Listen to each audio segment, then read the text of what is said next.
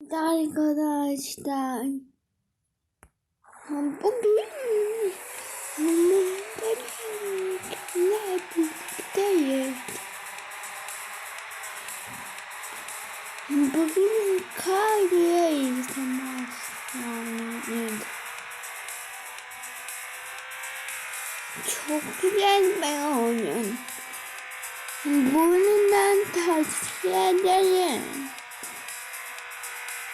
Evet, şu anda birinciyiz.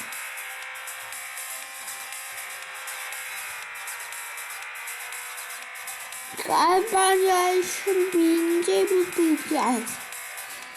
Öyle görünüyor. Hala kazandık.